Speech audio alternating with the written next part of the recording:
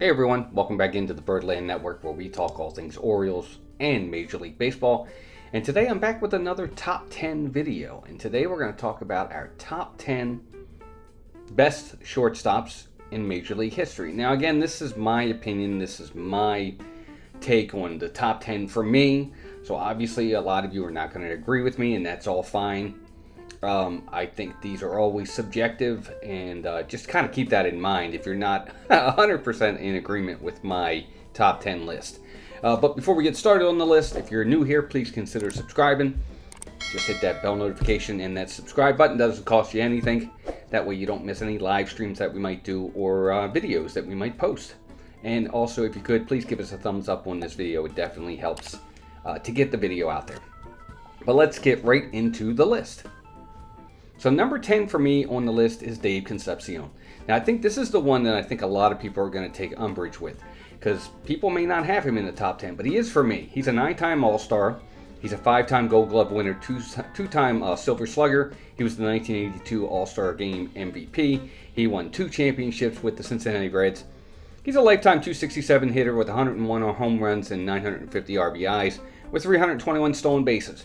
He was a big part of the Big Red Machine in the 70s, and he was a leader on the field and an awesome player both offensively and defensively. I think Concepcion, he's not in the Hall of Fame, but he's a guy that I think is overlooked a lot. And for me, he's number 10. And number 9 on the list is a guy that I think a lot of people think should be in the Hall of Fame, and that's Alan Trammell. He was a 6-time All-Star, 4-time Gold Glove winner. He was the 1984 World Series MVP. He won 3 Silver Slugger awards.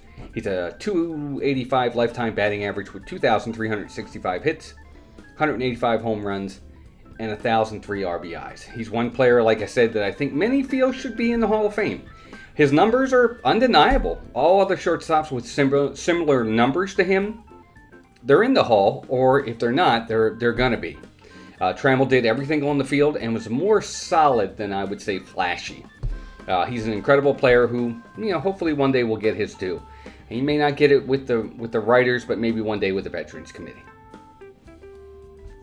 Number 8 on the list for me is Barry Larkin. I think Barry Larkin is an incredibly awesome player. He's a 12-time All-Star. He's a 9-time Silver Slugger Award winner, 3-time Gold Glove winner, the 1995 National League MVP. He was inducted into the Hall of Fame in 2012. He won a championship with the Reds. He's a lifetime .295 hitter with 2,340 hits, 198 home runs, and 960 RBIs. Larkin was just an all-around good player in every sense of the word, offensively, defensively, good leader for the team as well, and that's why he's number 8 for me. Now, I think from 7 on down is where you could flip-flop some guys for sure. But number 7 for me is Ozzie Smith, and he might be higher up for some people, but he's number 7 for me.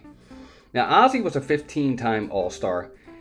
He had won 13 Gold Gloves. He won 1 Silver Slugger Award, and of course he was inducted into the Hall of Fame in 2002. He did win a championship with the Cardinals. He's a lifetime .262 hitter with 2,460 hits, 28 home runs, so he wasn't a big home run hitter, and 793 RBIs. But it's not about the hitting, really, for Smith. Even though he did get 2,400 hits, Ozzie Smith is known for his defense. He's the greatest defensive shortstop of all time. And his defensive WAR proves it. He has the greatest defensive WAR at 43.4 in the history of the game. Of all positions, not just shortstop.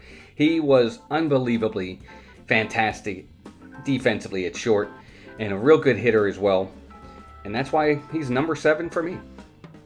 Number 6 on the list, we're going to head on over to Milwaukee and Robin Yount. Now, he played a lot of outfield for Milwaukee as well, but he was a shortstop for sure, and a great one at that. He was a 3-time All-Star, a 3-time Silver Slugger winner, he won a Gold Glove. He was a 2-time American League MVP in both 82 and 89. And of course, he was inducted into the Baseball Hall of Fame in 1999. He didn't win any championships, though. He was a lifetime .285 hitter with 3,142 hits, 251 home runs, and 1,406 RBIs. He was just a model of consistency throughout his career, and he was just such a big-time player for Milwaukee. Just one of the greatest shortstops of all time. And that's why, for me, Robin Yount is number 6. Number 5 on the list, we're going to go play 2. Let's play 2. It's going to be Ernie Banks. Ernie Banks is he's Mr. Cub. I mean, he was incredible until his knees went bad. And from there, obviously he moved over to the first base, but he was such an incredible player. In the beginning of his career, he was one of the greatest shortstops ever, with power during a time when shortstops weren't known for power. Over his career, he was a 14-time All-Star, a 2-time National League MVP in both 58 and 59, so he won them back-to-back. He won a Gold Glove. Of course, he was inducted into the Hall of Fame in 1977. He didn't win any championships, unfortunately, with the Cubs, but he was a lifetime 274 hitter with 2,583 hits, 512 home runs, and 1,636 RBIs. So Ernie Banks, one of the greatest shortstops of all time, Mr. Cub, and that's why he's number 5. Now, these last 4, I think a lot of people might take umbrage with, but for me, this is the order that I have them in. Number 4 for me is Derek Jeter. A lot of people might put him as number 1, but for me, he falls at number 4. He's one of the most clutch players who, just came through when it counted most, especially in the postseason. He was Mr. November. I know Reggie Jackson was Mr. October. Derek Jeter was Mr. November. He made some great plays in great moments when they needed it most. He's one of the most beloved Yankees of all time. He was the 1996 American League Rookie of the Year. He's a 14-time All-Star. He was the All-Star Game MVP in 2000. He was the World Series MVP in 2000. He won 5 Gold Gloves, 5 Silver Sluggers. He was inducted into the Hall of Fame in 2020.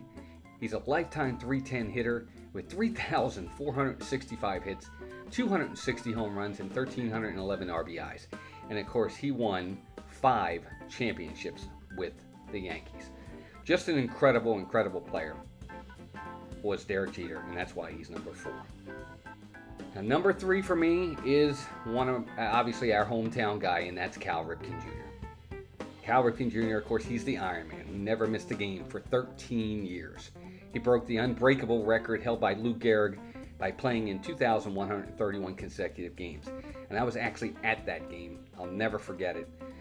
One of the probably the greatest baseball moment I was ever part of live. It was incredible. Many consider his 1991 season to be the greatest by a shortstop ever. For his career, he was the American League Rookie of the Year in 1982. He was a 19-time All-Star. He won 8 Silver Slugger awards, 2-time American League MVP in 83 and 91, a 2-time All-Star Game MVP in 91 and 2001. He won 2 Gold Gloves. He won 1 championship with the Orioles in 1983. He, of course, was inducted into the Baseball Hall of Fame in 2007. He's a lifetime .276 hitter with 3,184 hits, 431 home runs, and 1,695 RBIs. But Cal is number 3 for me. Now, number 2 on my list, many may not even say he belongs on this list, but I think he's, PEDs or not, he was one of the greatest shortstops of all time. And I get it, he played some third base as well. You probably know who I'm getting with here is Alex Rodriguez. Alex Rodriguez's career is forever going to be tarnished by, what he did with PEDs, but you can't deny the talent. At age 20, he hit .358 with 36 home runs and 54 RBIs at the age of 20. And the majority of his games were at shortstop. He was incredible. His on-field production was unmatched by most people in the game today when it comes to shortstops. Just power, grace. He was good defensively. Not great, but good defensively. Just an incredible game changer as a hitter. He was a 14-time All-Star, 10 Silver Sluggers, 2 Gold Gloves, a 3-time MVP in 2003, 2005, and 2007. He's a lifetime .295 hitter with 3,115 hits, 696 home runs, 2,086 RBIs, and of course he won 1 World Series championship with the Yankees. Alex Rodriguez, I get it, his PEDs are always going to tarnish his career and his accomplishments, but you can't deny the talent. The guy is just one of the greatest shortstops ever to play this game. So now we're down to number 1 on my list, and to me, the greatest shortstop in the history of the game was Honus Wagner. Honus Wagner is one of the greatest players of all time, not just shortstops, and that's why he's number 1 on my list. He's first in WAR among shortstops. He was a big, strong guy who played in an era when home runs just weren't prevalent. He's probably the best old player ever, too, winning 6 of his 8 batting titles after turning the age of 30. Of course, he was inducted into the Baseball Hall of Fame with the first class in 1936, and he received the same amount of votes as Babe Ruth. He was just a hitting machine who easily, in my opinion, is the best shortstop of all time. Just to give you some idea of some of the numbers. He won 1 championship with the Pirates. He is a lifetime .328 hitter with 3,420 hits, 101 RBI, home runs, 1,739 runs scored, 723 steals, 1,732 RBIs, 252 triples, 643 doubles. He won 8 batting titles. His career WAR is 131. It's 7th all time. He hit .350 or better 6 times in his career. He averaged 500 at-bats a year, and he never struck out more than 65 times in a season. He was just an incredible hitter and fantastic as a shortstop defensively as well. Now, back in those days, MVPs, Gold Gloves, Silver Sluggers, they didn't have all those awards back then. Imagine how many times he would have won those awards if they had them. He just, to me, is the greatest shortstop of all time. Dominant player, just incredible, and that's why, to me, he's number 1 on the list, Honus Wagner. But now it's out to you guys. I want to hear from you. Let me know, what's your top 10? Love to hear from you guys. Let me know your top 10. Maybe it's different from mine. Or if you just want to give me your number 1 or top 5, whatever you're up to doing, I'd love to hear from you. Just leave me a comment below. If you are new here, again, please consider subscribing. Just hit that subscribe and bell notification. That way you never miss a video or a live stream. And if you could, help us out with this video. Give us a thumbs up. It definitely helps. Guys, thanks for hanging in there with me. Thanks for letting me go over my list. I appreciate y'all coming out. Keep rooting for the O's or your team, whoever they may be. And take care of yourselves and each other. Bye now.